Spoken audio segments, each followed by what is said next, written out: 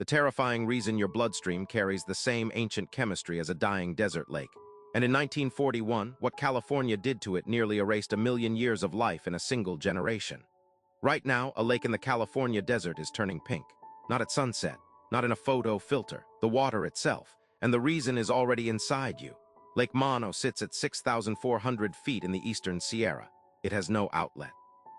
Every river, every snowmelt stream that feeds it stays there forever, trapped, concentrating, aging. The lake is 2.5 times saltier than the ocean. It is 80 times more alkaline than seawater. It has been doing this for 760,000 years. That number is not a typo. It is older than our species. For most of those years, it looked like any other desert mirror, gray-blue, flat, unsettling in the way only ancient things are. But something changed. The water started blushing, a deep arterial pink spreading from the shore inward. Scientists showed up. They pulled samples, they looked under microscopes, and then they got quiet. Here is what lives in that water, a single-celled alga called Dunaliella salina. It thrives in conditions that would dissolve most life: extreme salt, extreme alkalinity, relentless desert sun. Under normal stress, it stays green, invisible, unremarkable. But push it hard enough, drop the nutrients, crank the salinity, strip away the buffer, and something switches on inside the cell.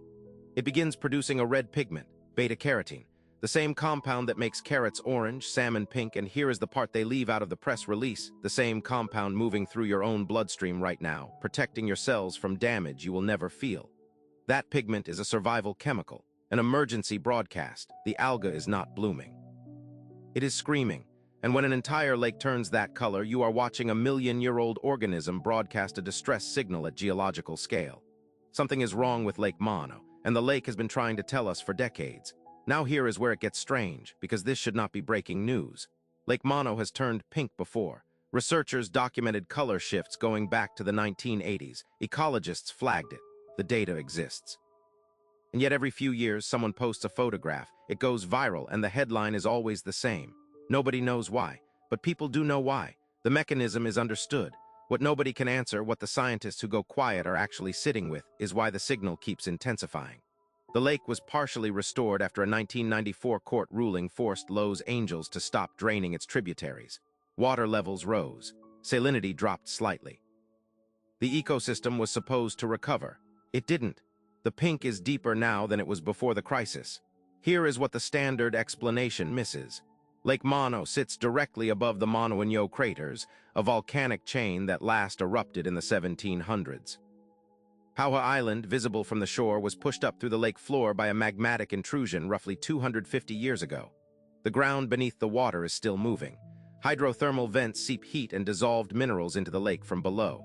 The chemistry of Mono is not just shaped by what flows in from the mountains. It is being cooked from underneath. And volcanic systems change, not on human timescales, on geological ones, quietly, incrementally. The kind of shift you only notice when something turns pink. What researchers suspect, though they are careful about how they say it, is that the lake's baseline alkalinity is rising independent of human water diversion. The volcanic substrate is releasing compounds that shift the chemistry in ways the 1994 restoration never accounted for. The brine shrimp populations that feed 2 million migratory birds every year are responding to that shift. Their numbers are reorganizing. The entire food web is rebuilding itself around a chemistry that hasn't existed at this lake in recorded human history. The alga is not reacting to drought. It is reacting to something older than the drought, something that was always going to happen here. Here is why that matters beyond one desert lake. Mono is what scientists call a terminal lake, a closed system with no exit. Everything that enters accumulates. That makes it one of the most sensitive chemical recorders on the planet. When its baseline shifts, that is not a local anomaly. It is a readout, a long-exposure photograph of what is changing in the geology beneath the American West. And the American West sits on top of one of the most volcanically active continental regions on Earth. Yellowstone to the north, the Cascades to the northwest, the Mono system directly underfoot if you live anywhere in the eastern Sierra corridor. These systems are connected, not through pipes, through pressure. Through the slow conversation of magma and water that has been happening since before humans existed to name either one. The pink lake is not a mystery. It is a message. The question is whether the message is new, because there is one thing the models cannot explain. In certain quadrants of the lake, the water is turning pink faster than the algae bloom can account for. The pigment concentration exceeds what any measured Dunaliella population could produce.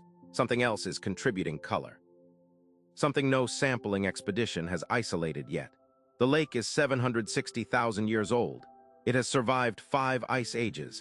It survived Lowe's angels.